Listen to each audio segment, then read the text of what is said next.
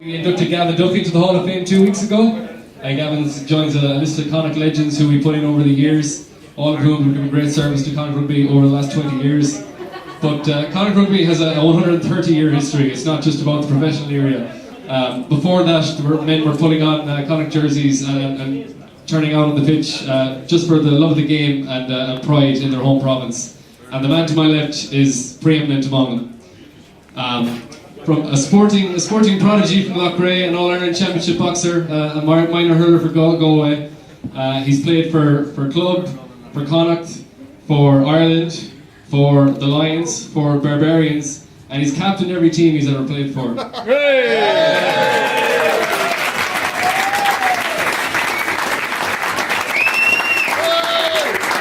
He even had the rank of captain in the army, I believe, at one point.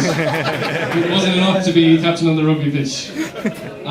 But he's been an inspiration. I mean, he's won 2 Triple Crowns in championships with Ireland, obviously. Captained the Lions on the trip to New Zealand. But he's a Connacht man through and through. 29 caps for Connacht, I think, over 16 seasons. Our research team dug that out somewhere. And he's an absolute legend, of course. So it's my pride and privilege to present the Gold Crystal Plate and to induction to the Connacht Clan Hall of Fame, Mr. Ciaran Fitzgerald.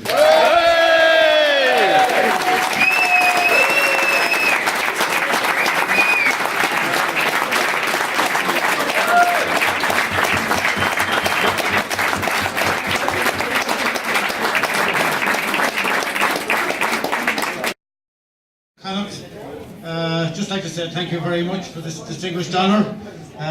It is an honour because the real backbone of any team is its supporters, and I know with the rise in the emergence of Connacht and the way they're playing the rugby over the last number of seasons, I think a lot of it is down to the support they get, and I think the Connacht supporters are well recognised by everybody and being right behind their team.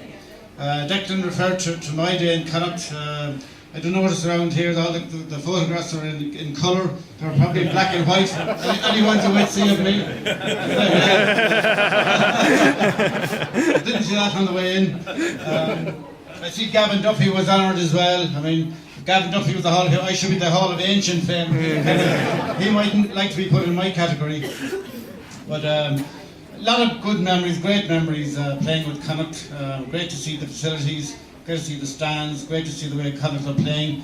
I remember in my day, we kind of just meet on a Friday night and we played on a Saturday, and then we became really professional, and a lot of us were living in Dublin and playing in Dublin clubs, and we used to come down to Athlone on a 9 o'clock on a Wednesday night, and there was one light on a pole up in Athlone, and the only problem was you had to keep everything, because we used to train at 9 o'clock at night, and you had to keep everything around the pole because all the countdown was around the rest of it. And you couldn't see it until afterwards.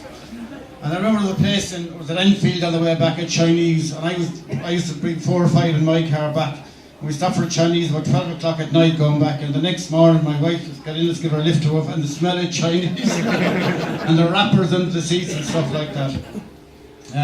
Lots of great memories. There was also the great privilege of being captain of the Connacht team that were world champions. And that really claim to fame came from when Munster beat the All Blacks in 1978. Munster were all hoo about how they were world champions because they beat the world champions. But the next match they had was up here in the sports ground and we beat them. So.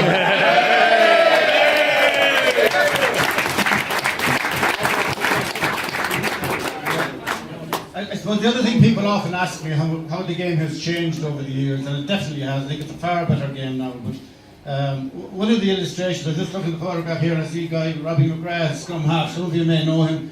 But I remember coming down one of the matches against Munster, and Phelan, the front row was Ray McLaughlin and his brother Phelan was a tight head. And Phelan was slight, but a very good technical player. And Phelan was kind of into his rugby, like he always come up with bright ideas, and we came down and we had a Friday night session trying to get all our thoughts together. And just about 11 or half 11 the Friday night, Phelan came to me and he said, you know, Fitzy, he says, these Munster lads are very big in the forwards.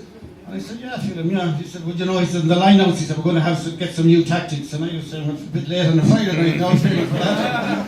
So I said, I'll tell you what, he said, tomorrow, he said, when I go up to the front of the line, he said, I just nod at you, he said, and you throw the ball into me, and I give it back to Robbie McGrath, scrum half, and away we go. So I was saying, yeah, fair enough, okay, we'll give it a try. So Phelan was kind of an animated kind of a fella, like, and he kind of eyes were kind of quite large and stuff like that. But he came the first line out anyway, and Phelan was up front, and he was like this. See, so I threw the ball into Phelan, and of course the Munster boys had spotted it. Brendan Foley, I think, was at the front, and a few other heavies.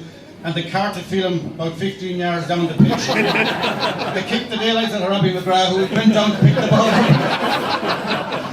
So I was running across the pitch, and I looked sideways. I could see Robbie McGrath give me this really dirty look. What the hell are you doing? So we came to the next line out anyway, and Phelan was there again, and he was going like this. So I threw the Mick Malloy with the middle of the line, threw the ball into the middle of the line out, we won it, and away we went. Then we came to the next line out again, and Phelan kind of thought he didn't see if I got a bit more like this, you see.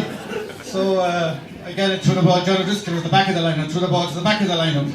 So the next line we came again, and this time the thought was coming out Phelan, and he was going like this.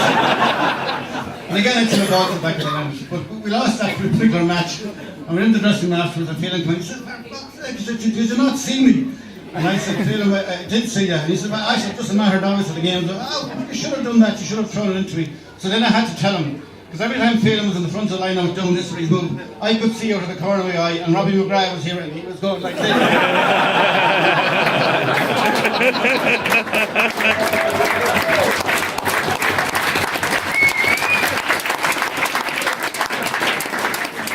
There were the tactics and preparation in mind. So listen, thank you very much, and I wish Connacht all the best for the rest of the season. Thank you.